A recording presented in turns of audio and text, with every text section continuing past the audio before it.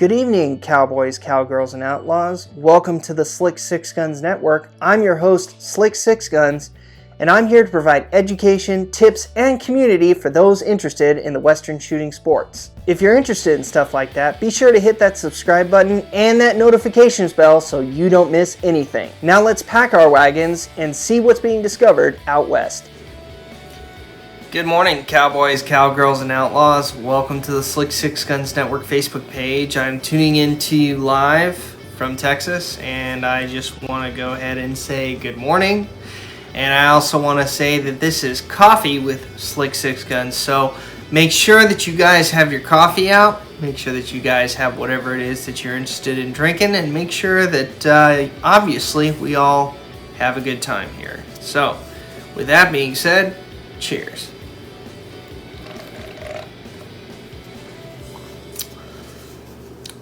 So, as you guys know, these episodes are for you to get to know me. This is meant for us to socialize. This is meant for us to basically have a good time and just essentially build community within the Western shooting sports. For those of you who don't know about these episodes, keep in mind that these episodes are, meant to be fun, lighthearted, not necessarily taken too seriously, and just meant for your personal enjoyment. So I'm glad to be tuning in. Before we get into the content here, I want to go ahead and let you guys know that first off, all these weapons have been safety checked before I bring them on camera. So for those of my keyboard warriors out there, feel free to leave me alone in the comments section. Also, just want to say that if you are interested in content like this, feel free to go ahead and check me out on Patreon, and also you can buy me a coffee and get mentioned here on the live stream. So, something for you. With that out of the way, let's go ahead and talk about what we are going to actually be discussing. So, for those of you who did not get a chance to read the description section, I am going to be talking about my Krag Jorgenson rifle. You guys have not seen this yet, and I am going to go ahead and bring it on camera here in a few moments. So just go ahead and enjoy that for what it is, and keep in mind that we are going to be talking about essentially why I got this rifle. I'm going to be talking about how much this rifle cost me, because you never know.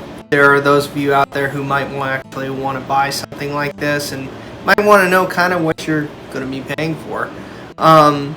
If I've shot it, and also what it's, and also kind of what I think of this thing. I'm going to give you a once-over of the rifle, and you'll see some of the particulars. This is not going to be a historical video by any means, so don't quote me on anything that I'm saying. But let's go ahead and get started, ladies and gentlemen.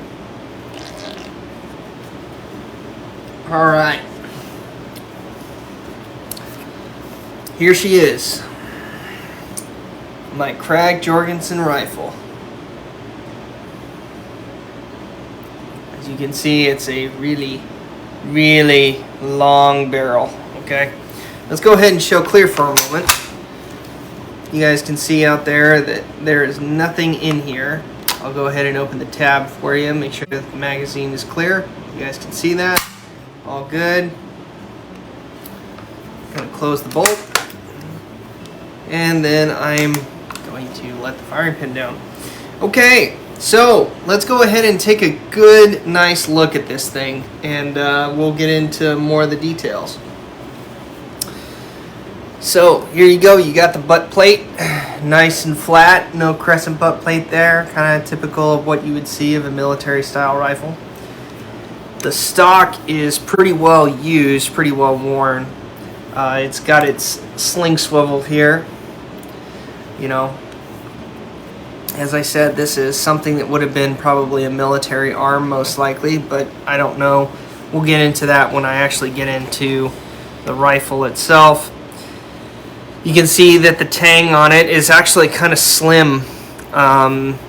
It's not as thick as I would expect on some military style rifles here, but it's relatively thin. You know, I don't know why it is that way, but it's definitely a thinner tang than I kind of expected. You can see that obviously this thing has had some use on it. It's got cracks in it. Somebody at some point tried to repair this thing because there are cracks going up this way more towards the bolt. And you can see the repairs were done at some point in its life by someone putting nails into it and trying to nail the wood back together. Go into the trigger guard here, and then you see the bolt and the receiver. Okay, you're going to see the safety as well, the flag safety, which is, you know, something you would expect more on a Springfield, something like that, but this is a Krag. This is not by the same person. You also see that there's a nice little cutoff switch here. This is the magazine cutoff, to which it is not turned on. But basically what that does is that it allows you to essentially shoot single load. Going down to what's more unique and how this rifle is so recognizable is you're going down to the magazine here, and you see this big old piece of metal off here that you can use to get some leverage on and flip it open. But it's a nice little rotary magazine, essentially. Very early and just very unique for its time.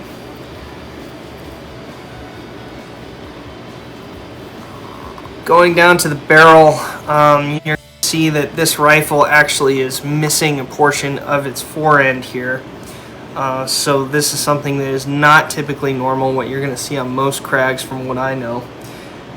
So the top here originally was either taken off or broken off at some point. I don't know when that was. And then you're also going to see the rear sight, which is actually very unique.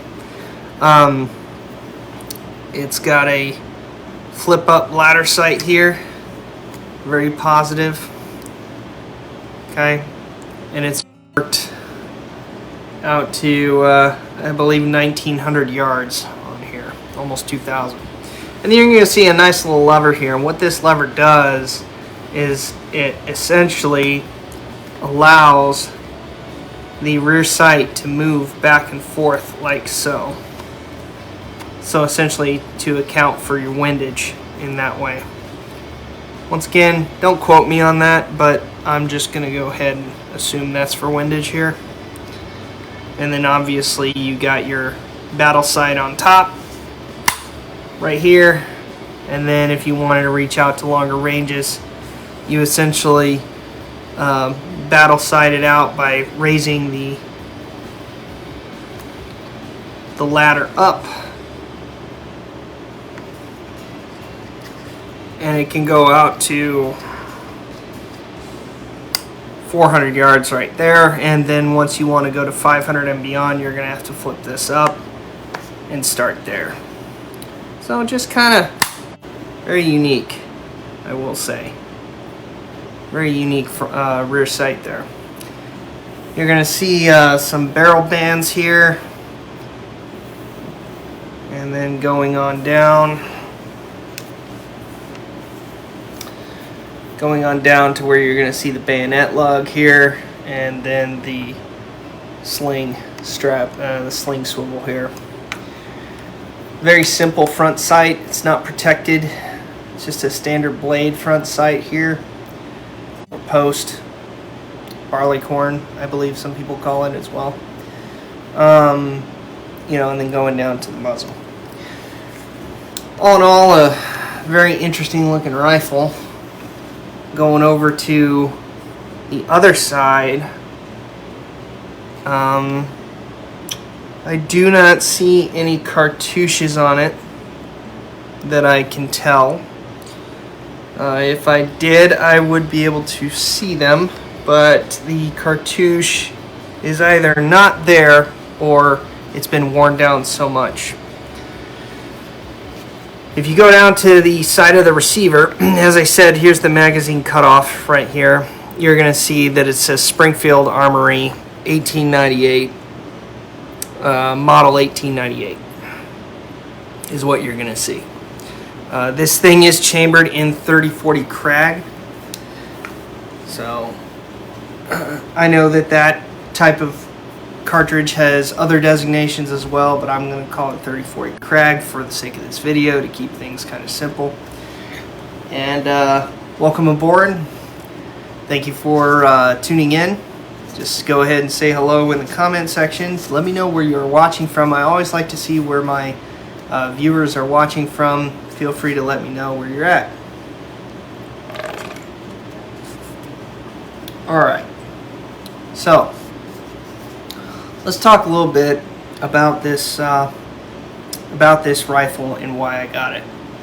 So, for those of you who know, I have quite an assortment of firearms, and I bring it on this channel all the time. You know, this last group of videos, this last playlist has been a lot of me actually showcasing the firearms, utilizing the coffee episodes to essentially help educate people on the type of firearms I have and the different types of firearms you can use in the Western shooting sports as well. This one is no exception. So why did I end up buying this rifle? Well, I came across it by chance. It was a private purchase. I did not go to a gun store, nothing like that. This was purchased from someone who I had met through a mutual friend and essentially decided to buy it off of them. You know, because I hadn't seen a rifle like this ever. You know, that's not to say that you can't find them. They are on places like Gun Broker, and I'm sure there's shops that are around that actually do have Krag Jorgensons. I'm not saying that they're not out there, but this was one of the few actual rifle length rifles that I could see. Most of them that I have seen have actually come in the carbine length, and I really wasn't too attracted to that. I wanted something that was more of the longer rifle, and I will say that I definitely lucked out. So, very cool. But anyway, I came across this through a private purchase. Somebody wanted they wanted to sell their firearm off, and I wanted to buy it off of them. And I also, this is also kind of during my time where, if you kind of seen back in our previous videos, I have been collecting rifles, typically of the 19th century, and I've been using them in long distance matches. And as you guys know, there is a long distance side match in SAS, and this is something that, as long as the match director says that you can shoot the bolt action military rifle category, then you can therefore shoot this in the long distance side match. So that is what I got it for, and I have a couple other rifles that are in this category, to include the K31 that I showed in the last video, even though that is a later made rifle. But people still do bring out their K31s. But some people bring out Krags, and I decided to use this Krag for that specific purpose. So, which gets you into, have I shot it? Yes, I have. I have shot this rifle. I shot it actually very recently, and I did buy this a little bit of a while ago. So therefore, I will tell you that, you know, I know it kind of takes me a while to get around to it, but I do end up shooting most of my firearms. But there are some firearms that I do have that I haven't shot yet. This is not one of them. I have shot this rifle, and I've taken it out to distance, and I thought she was pretty good. I will say that she is definitely looks her age. She is not in pristine condition at all. But, you know, I mean, when you're looking around, depending on what you can find, sometimes you're going to find things that are pristine, sometimes you're going to not find things that are. Or find things that aren't really pristine. And I was okay with that. This is more of a surplus rifle. More than likely, that's probably what ended up happening anyway. That it was a surplus made, that is a rifle that probably may very well have been used during, the Spanish-American War. So it could very well have been taken there. The serial number on this thing is 264986. 264986 is the serial number. I'm not sure exactly if that serial number specifically went over there. I haven't done a whole lot of research on this rifle in particular to tell you if it has gone somewhere, but I can tell you based on the amount of dings, scratches, and uses that it's probably been through something. If not combat, it was probably used extensively for training or something like that. Obviously, with the repair on the Tang, as I showed you earlier, there was a crack on it, a significant crack that was fixed, and meaning she's been well used. She has obviously some rust. She has pitting. Her bore is not bright. It's more on the darker side, I would say, and probably has a little bit of pitting in there. So, this rifle was used quite a bit in its day, and now it's in my hands, and I do use it. I do shoot it. I have shot it, and I'll let you know kind of my takings on it here in a second. Let me know what your questions are in the comment section. I would love to hear if there's anything that you guys have. Maybe you have a Krag. Maybe you have a bolt-action military rifle that you shoot in the bolt-action military rifle class, or a surplus rifle. From the 1903 to the K31 to the Krag Jorgenson to the Mausers.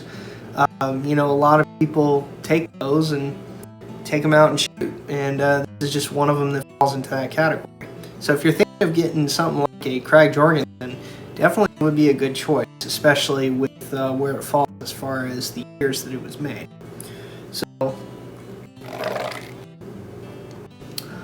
So getting into the cost. Say you're thinking about purchasing a rifle like this.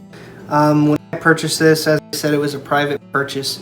And for its condition, I'd say that I probably paid the right amount. I paid $500 for it at the time. So for me, for the fact that it's able to shoot, it works. The bolt run, magazine works. I would say that $500 is reasonable. Some of you may disagree. Some of you may think that I should have paid a lot less for this given its age and use. Looks. But regardless, it doesn't matter. She shoots fine. She works.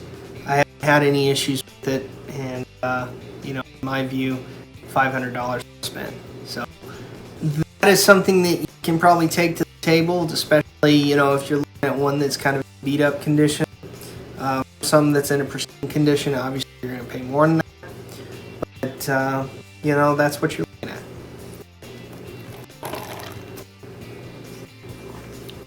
So now I want to get into what do I think of this rifle. Now this is not by any means a comprehensive review. This is merely just me expressing my opinion. If you want reviews, I'll get more in the videos later on. But those of you who check out my YouTube channel quite a bit, I've done some pretty extensive reviews on some firearms. This is not going to be one of them. But I want to let you guys know that as far as what I think of this rifle, I will say that I like how unique it is. As far as uniqueness, this is one of those things that you just don't see. You don't see a military rifle that looks like this. So it is something that is going to looker out on the range. So as far as style points, I think this is one of the best ways you could go. As far as functionality is concerned, it works great. You know, I'm able to move that bolt relatively easy. You know, the trigger itself feels pretty crisp. You know, obviously looks on her, she's gonna show her age. She looks pretty beat up. Sights on itself aren't bad. Very, you know, not fine. They're not, you know, fine sights either, but they don't look rugged. So, you know, this isn't something to me that I would, you know, beat through the brush probably, especially with the front sight not being as protected. You know, it kind of got its own, how do you say it? It's got its own flavor. So I would say that if you are into bolt action rifles and you are into bolt action military rifle, this is one of those that I think you just have to have in your collection. I think the real recoil on it is okay. I pretty much equivocated something like kind of a 30-30 round, maybe a little bit stouter recoil than a 30, but still, you know, it's not a 19.3 and it's not a 6. So, you know, I would say that's kind of what 30-40 Krag is like. You know, in my opinion, I could be wrong. But yeah, she's a little bit on the heavier side, barrel. She overall is on the heavier side. She's not a carbine. I would say, you know, as far as handy, not so much. You know, but as far as being a decent shooter, and killer or animal killer, I think it's fun. You know, and then on the unique side, as I said, it's kind of one of those things that you really don't see. So, you know, yeah, a very beautiful rifle. I'll go ahead and give her a once over, so that you guys get a good look and enjoy it. It is.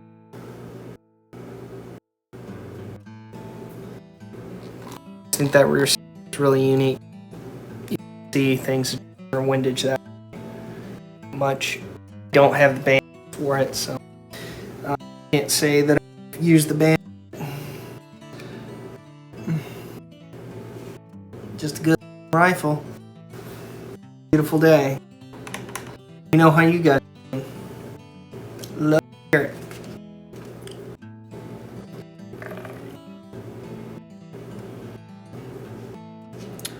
Sign off here in a bit, but just a very nice looking rifle. You know, you can see that is marked 1898 on it. It is in 30 Krag and the original chain. Cool. Cool. Alright. I hope you enjoyed this episode. I'll be seeing you on the trail. Description section is a link to our Patreon account if you feel like supporting us. Don't forget to buy me a coffee as well. It's cowgirls and cowboys. I hope you enjoyed this video as much as I did. And if you're looking forward to the next video, I'll see you on down the trail. Have a good one.